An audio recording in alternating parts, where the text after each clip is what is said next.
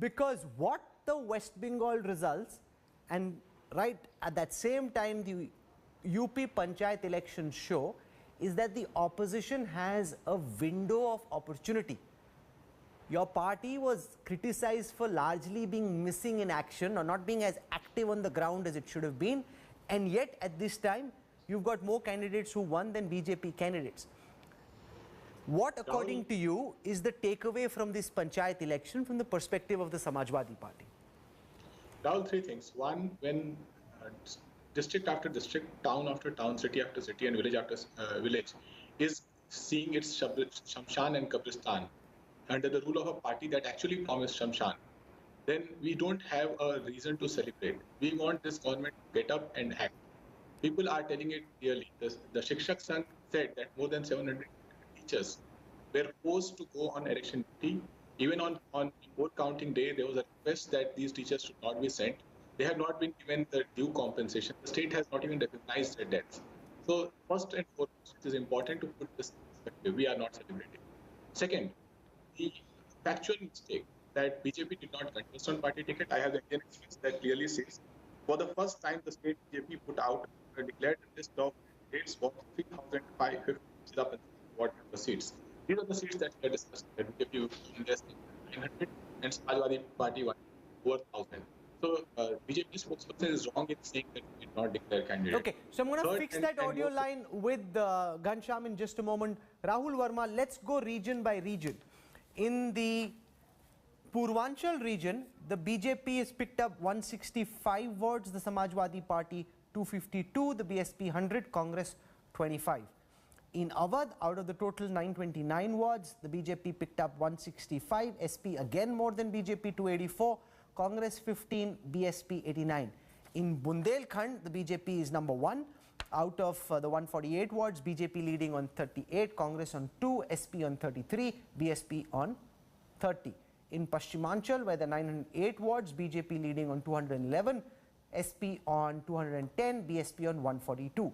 In Varanasi, BJP trailing the SP 15 versus 7. In Gorakhpur, SP at 19, BJP at 20. This is Yogi Adityanath's area.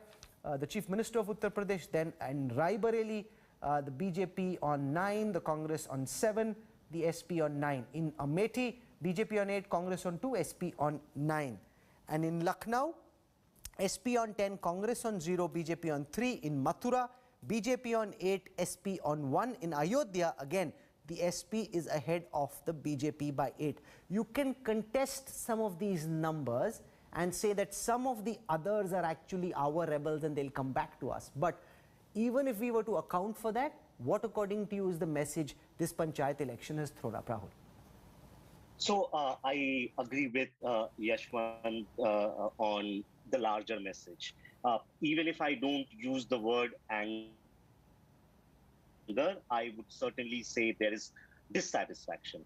And this dissatisfaction might be for very different reasons, as you mentioned, across the state. Perhaps in the western UP, the dissatisfaction might also be due to farms laws and other things.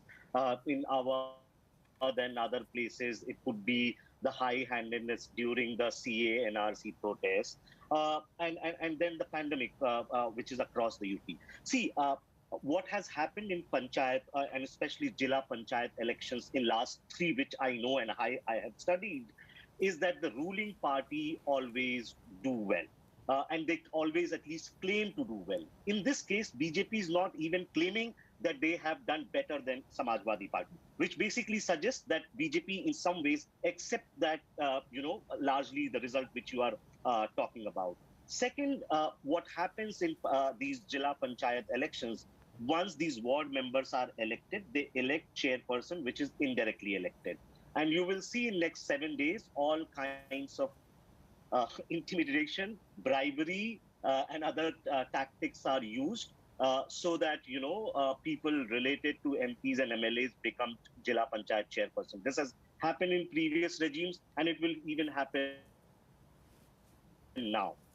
So for me, I think what happens in assembly election in 2022 or Lok Sabha election in 2024 perhaps may not be related to Panchayat election results. But the BJP government and Chief Minister Yogi Adityanath should be concerned about these results, and especially what is happening in the bigger cities where, pandemic like Lucknow or Kanpur, where pandemic has hit hard. And during these elections, many teachers have died. Around 700 of them, the teachers' body claimed, died due to the conduct of election. So what the government, BJP government in UP is looking for a massive dissatisfaction and, if I may use Yashwant's term, perhaps anger in what Okay, is